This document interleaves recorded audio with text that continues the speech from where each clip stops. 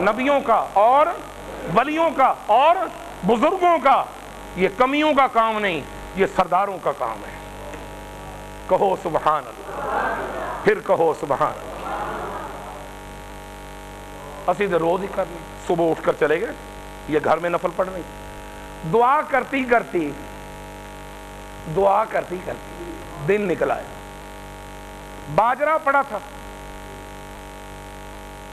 سوچا کہ دھوپ نکل آئی، باجرے کو سوکھنے کے لیے ڈال دو، کپڑا بچھایا اور باجرہ پھیلا دیا، پھیلا کر ایک طرف بیٹھ گئی، نگرانی کرنے کے لیے پرندے خراب نہ کر جائیں۔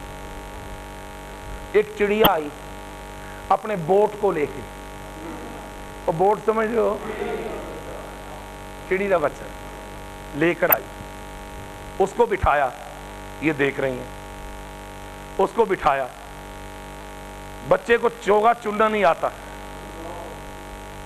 اپنی چونچ میں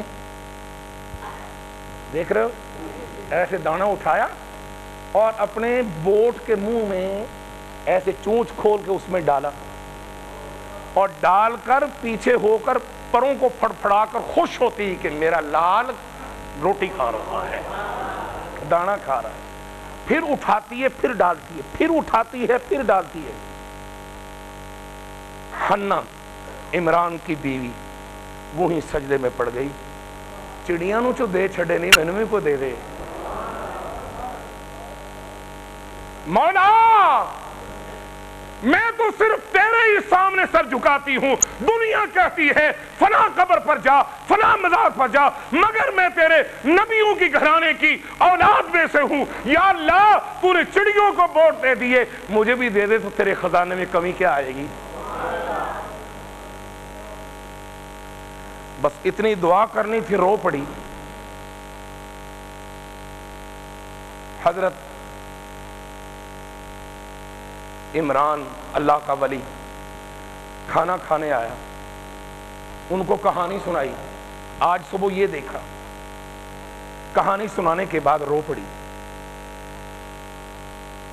شام ہوئی، دونوں لیٹے،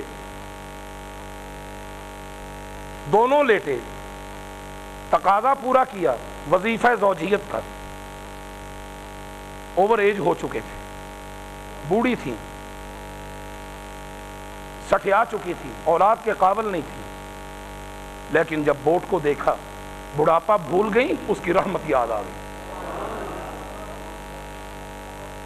رات کو تقاضا کیا، کمزوری دونوں کو محسوس نہ ہوئی، حیران رہ گئے، اور صبح جب اٹھے پاکیزہ ہو کر تو کہنے لگیں آپ کو مبارک ہو، مجھے امید ہو گئی،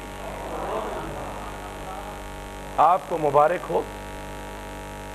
عمران سجدہ میں پڑ گئے،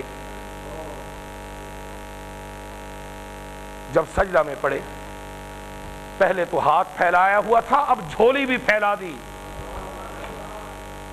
اور جھولی پھیلا کر کیا کہتی ہیں، یہ قرآن کی زبانی سنی۔ اذ قالت امرأة عمران، با قرآن تیرے قربان، اذ قالت امرأة عمران رب انی نذرت لك ما فی بطنی محررا فتقبل منی انک انت السمیع العلیم۔